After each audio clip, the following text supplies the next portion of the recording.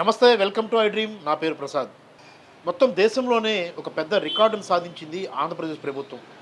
విద్యారంగంలో సమూలమైన మార్పులు, విద్యా వ్యవస్థకు ఆ వ్యవస్థ అభివృద్ధికి చేసిన ప్రయత్నాలు ఇవన్నీ కూడా సంపూర్ణ ఫలితాన్నిచ్చాయి. కేరళ, మిజోరాం లాంటి రాష్ట్రాలను అధిగమించి దేశంలోనే నెంబర్ వన్లో నిలిచింది ఆంధ్రప్రదేశ్ ప్రభుత్వం. ఈ ప్రభుత్వం అంటే వైసీపీ ప్రభుత్వం ఈ రకమైన ఘనత సాధించడానికి వెనకున్న కృషి ఏంటి? ముఖ్యమంత్రి జగన్మోహన్ రెడ్డి ఏ రకమైన నిర్ణయాలు తీసుకోవడం వల్ల ఇంత పెద్ద ఘనత సాధించడానికి అవకాశం ఏర్పడింది? ఈ అంశాలకు సంబంధించి ఆర్థిక రంగ నిపుణులు, ఆంధ్ర యూనివర్సిటీ ఆర్థిక విభాగం ప్రొఫెసర్ శ్రీరామూర్తి గారు ఉన్నారు. సార్ నమస్తే. సార్ నమస్కారం. సార్, ఒక గణనీయమైన ప్రగతి సాధించినట్లుగా చెప్పుకోవచ్చు. ఎందుకంటే విద్యా వ్యవస్థ అన్ని రంగాల కన్నా కీలకమైంది. ఏ రాష్ట్రంలో అయితే విద్యా వ్యవస్థ అభివృద్ధి చెందుతుందో గణనీయంగా అది భవిష్యత్తులో చాలా కీలకమైన అభివృద్ధికి, మార్పులకు దారితీస్తుంది. ఇప్పుడు ఆంధ్రప్రదేశ్ ఎన్నో దశాబ్దాలుగా మొదటి ప్లేస్లో ఉన్న కేరళను వెనక్కి నెట్టి ఆంధ్రప్రదేశ్ ఫస్ట్ ప్లేస్కి రావడంలో దేశంలోనే అనేది ఏ రకంగా చూస్తారు సార్? ఇది మానవ అభివృద్ధి జరిగితే ఆర్థిక అభివృద్ధి, రాష్ట్ర అభివృద్ధి, దేశాభివృద్ధి జరగడానికి చాలా దోహదపడుతుంది. మానవ వనరుల అభివృద్ధి చెందాలంటే ఎడ్యుకేషన్ సెక్టర్లో తొలి అడుగు పడాలి. సో ఆ రంగంలో ఎడ్యుకేషన్ యాక్సెసిబిలిటీలో దేశంలోనే ప్రథమ స్థానం అంటే అత్యుత్తమ ర్యాంకుని సాధించింది అని మినిస్టర్ ఆఫ్ ఎడ్యుకేషన్ వారు రిలీజ్ చేశారు. అంటే ఉదాహరణకు గ్రాస్ ఎన్రోల్మెంట్ రేషియో 84% ఉన్నది 2018-19 నాటి పరిస్థితి. ఈరోజు 100% రీచ్ అయిపోయింది. అంటే మీరు కేరళని అధిగమించి బయటకు వచ్చారంటే దీనికి ఒక 2 కారణాలు నాకు కనబడుతున్నాయి. ఒకటి, ప్రభుత్వం తీసుకున్న అంటే ఎడ్యుకేషన్ ఇన్ఫ్రాస్ట్రక్చర్ని డెవలప్ చేయడానికి ప్రభుత్వం తీసుకున్న స్టెప్స్ కొన్ని ఉన్నాయి.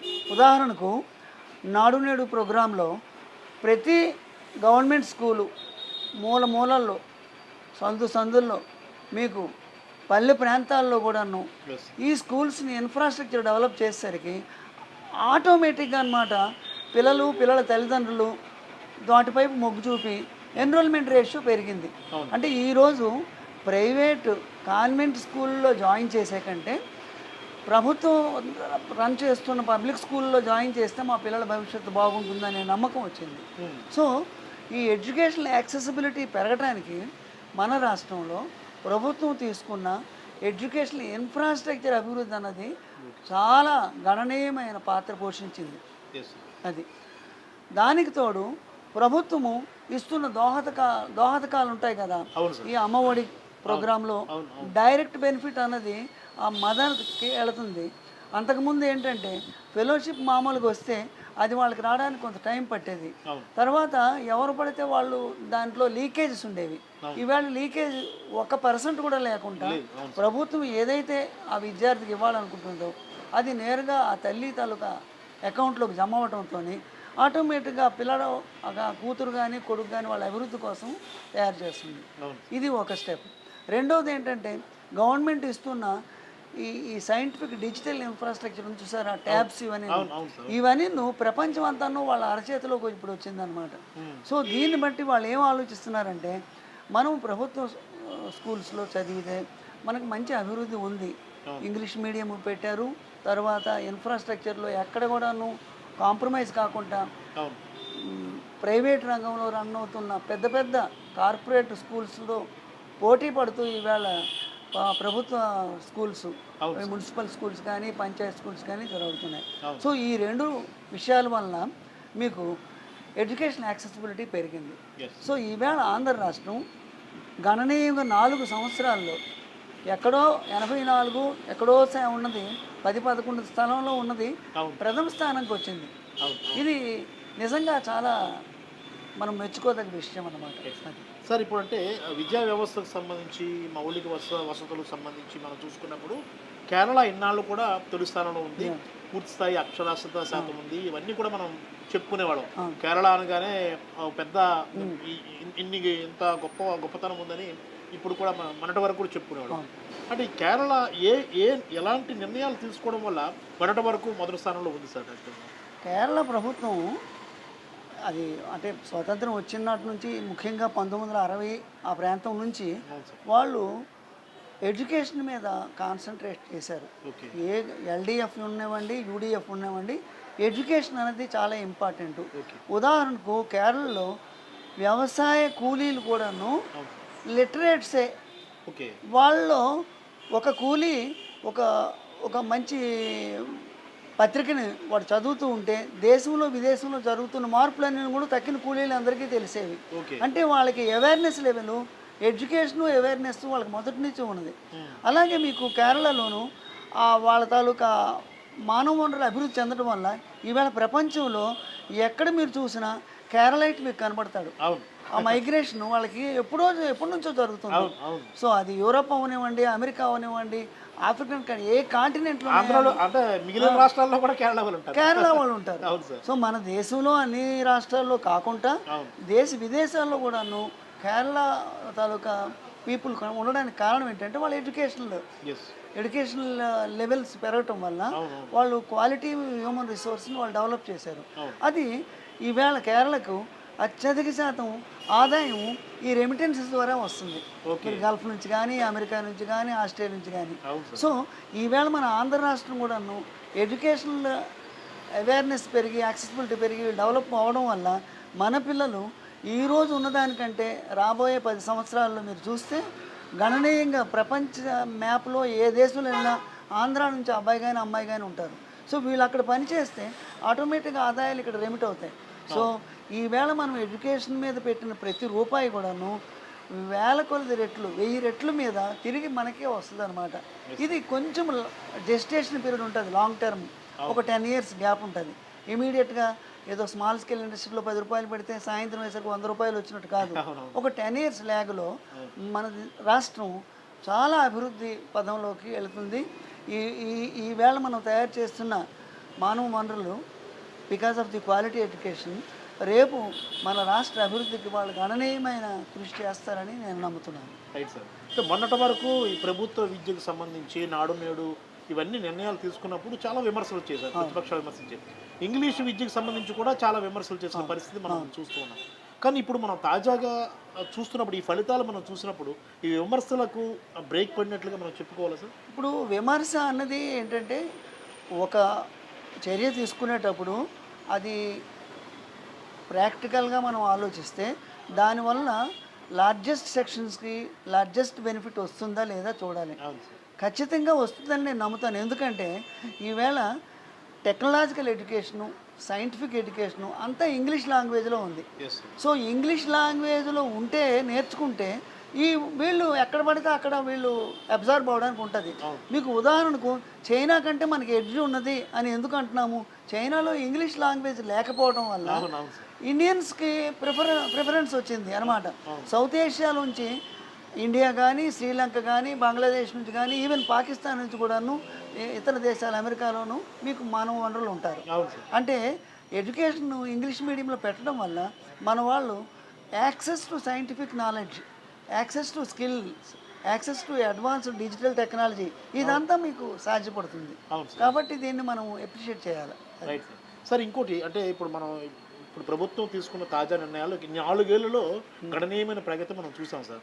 అంటే ఈ ప్రభుత్వం ఇంకా మున్ముందు ఎలాంటి నిర్ణయాలు తీసుకోవాల్సిన అవసరం ఉంటుంది ప్రభుత్వ విద్య విషయంలో? ప్రభుత్వ విద్య విషయంలో ఈవేళ మనం అత్యుత్తమ స్థానంకి వెళ్ళినాను. ఈ ఎఫర్ట్స్ని అంటే ఏవైతే మనం ఇనిషియేటివ్స్ తీసుకున్నామో మెజర్స్ వీటిని కంటిన్యూ చేస్తూ ఇంకా ఎక్కడైనా లీకేజెస్ ఉంటే ఆ లీకేజెస్ని కూడా మనము క్లోజ్ చేసి ఆటోమేటిక్గాను ఇన్ఫ్రాస్ట్రక్చర్ ఒక పక్క ఉండాలి.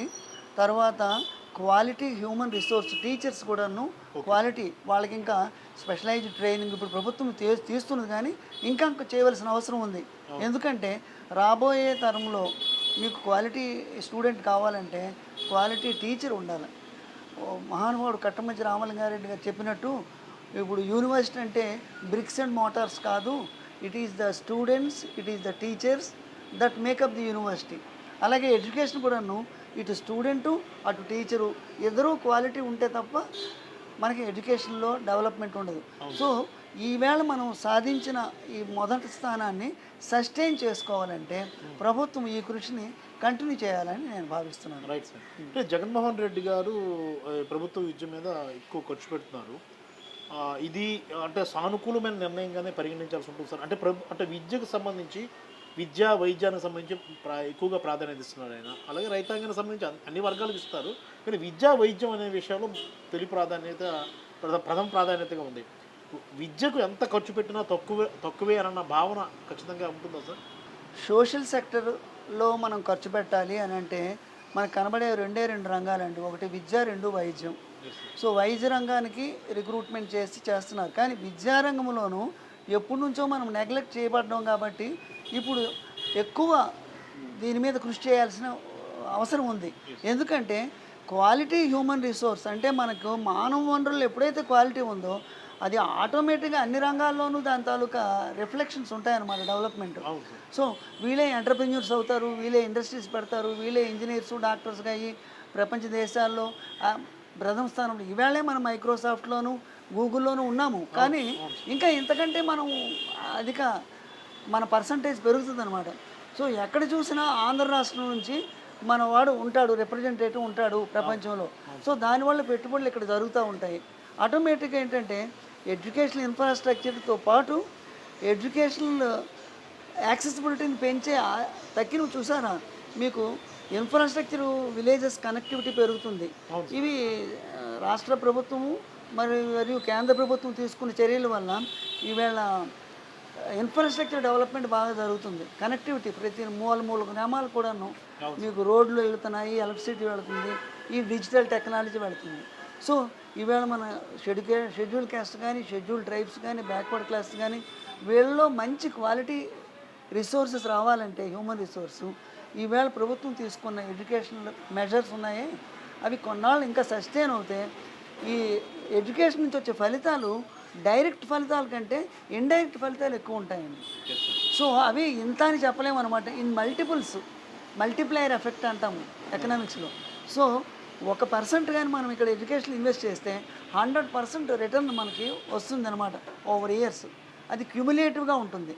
కాబట్టి ఎడ్యుకేషనల్ ఇన్ఫ్రాస్ట్రక్చర్ మీద, ఎడ్యుకేషనల్ డెవలప్మెంట్ మీద ఈ ప్రభుత్వం తీసుకున్న చర్యలు ఇలా సస్టైన్ అవుతేనే మంచిదని నేను భావిస్తున్నాను. సార్ ఫైనల్గా ఎన్నేళ్ళు అంటే దశాబ్దాలు గడిచిపోతున్నాయి స్వాతంత్రం వచ్చి ఆంధ్రప్రదేశ్ సంబంధించి మన ఆంధ్రప్రదేశ్ కానీ ఇప్పుడు ప్రస్తుతం విభజన ఆంధ్రప్రదేశ్లో ఇంతవరకు అంటే విద్యారంగానికి సంబంధించి ఎందుకు వెనకబడి ఉన్నామంటే ఏం చెప్తారు సార్? అంటే యాక్చువల్గా నేను అబ్జర్వ్ చేసిన దాన్ని బట్టి ఏంటంటే దేశంలోనే స్వాతంత్రం వచ్చిన తర్వాత ప్రథమ పంచవర్ష ప్రణాళిక 1951లో పెట్టినప్పుడు అప్పట్లో బాగా చర్చ జరిగిందనమాట. National educational policy, national education commission అనేది పెడదామని చెప్పి మొత్తం ఎడ్యుకేషన్ అంతాను మరి స్టేట్లోనూ తర్వాత కంకరెంట్ లిస్ట్ ఇలా కాకుండాను కేంద్ర ప్రభుత్వంలోనే పెట్టుకొని అంటే నిధుల కోసం అనమాట దాని మీద ఖర్చు పెట్టాలి ఎడ్యుకేషన్ మీద అని అంటే అప్పుడు కొంత చర్చ జరిగి ఏం జరిగిందంటే మనకు దానికంటే ఇంపార్టెంట్ వ్యవసాయము తర్వాత పరిశ్రమల మీద వ్యవసాయం మీద పెట్టాలని చెప్పేసి అప్పటిన్న అవసరాలను బట్టి పెట్టుకున్నారు. అది కొన్నాళ్ళ పాటు అలా కంటిన్యూ అయిపోయింది అనమాట. ఎప్పుడు దాకాను 1990 వరకును. ఎప్పుడైతే గ్లోబలైజేషన్ వచ్చిందో, కాంపిటీషన్ ఎప్పుడైతే వచ్చిందో మనము మానవ వనరులు వెనకబడ్డాము, మనం జాగ్రత్తలు తీసుకోవాలని చెప్పి అప్పుడు కేంద్ర ప్రభుత్వంలో కూడాను ఈ టెక్నికల్ ఎడ్యుకేషన్ ఎక్కువ IITs, central universities, state governments కూడాను దీని మీద దృష్టి పెట్టాయి. అంటే మనకి గ్లోబలైజేషన్ వచ్చిన తర్వాత కానీ మనకు తెలియలేదు మనం ఎంత వెనకబడిపోయామని చెప్పడానికి. So over a period of time neglect జరిగింది. ఇప్పుడు గవర్నమెంట్ తీసుకున్న చర్యలు మన రాష్ట్రాన్ని ముందుకు తీసుకెళ్లే పరిస్థితిలోకి తీసుకొచ్చాయి. ఇది మనం అప్రిషియేట్ చేయాలా. ఇది మనం కంటిన్యూ చేయడానికి మనం ప్రభుత్వాన్ని మనం సహాయ సహకారాలు మనం అందించాలి. అది thank you very much sir. ఇది చూసుకుంటాం కదా, ఆంధ్రప్రదేశ్ ఒక రోల్ మోడల్గా నిలిచింది విద్యా వ్యవస్థలో, ముఖ్యంగా ఆ మౌలిక సదుపాయాల కల్పన, అలాగే నాడు నేడు లాంటి అమ్మఒడి లాంటి ప్రత్యేకమైన ప్రోత్సాహకాలు, అభివృద్ధి. దీనివల్ల దేశంలోనే ఆంధ్రప్రదేశ్ ఇప్పుడు నెంబర్ 1 స్థానంలో విద్యారంగానికి సంబంధించి నెంబర్ 1 స్థానంలో నిలిచింది. దశాబ్దాలుగా కేరళ అలాగే మణిపూర్ లాంటి రాష్ట్రాలు తొలి దశలో ఉన్నాయి. ఎందుకంటే అది విద్యారంగానికి విపరీతంగా ఖర్చు పెట్టడం వల్ల. మనం అంటే గతం నుంచి చూసుకుంటే ఆంధ్రప్రదేశ్లో ఆ రకమైన చర్యలు లేవు. కేవలం పాఠశాల ప్రభుత్వ పాఠశాల విద్య అంటే ఒక దుంపల బడిగానే చూసే పరిస్థితి కనిపించింది. గత ప్రభుత్వాలైతే ప్రైవేట్ స్కూళ్ళకు ప్రాధాన్యత ఇచ్చిన పరిస్థితి కూడా కనిపించింది. ఇప్పుడు తాజాగా జగన్మోహన్ రెడ్డి ప్రభుత్వం తీసుకుంటున్న తాజా నిర్ణయాల వల్ల ఒక్కసారిగా మార్పులైతే సంభవిస్తున్నాయి. ఇది కంటిన్యూ అయితే ఖచ్చితంగా రానున్న 10 ఏళ్లలో గణనీయమైన ఉన్నతమైన మానవ వనరుల అభివృద్ధి అనేది జరుగుతుందన్న అభిప్రాయాన్ని ఆర్థిక రంగ నిపుణులు శ్రీరామూర్తి గారు వ్యక్తం చేస్తున్న పరిస్థితి కనిపిస్తుంది.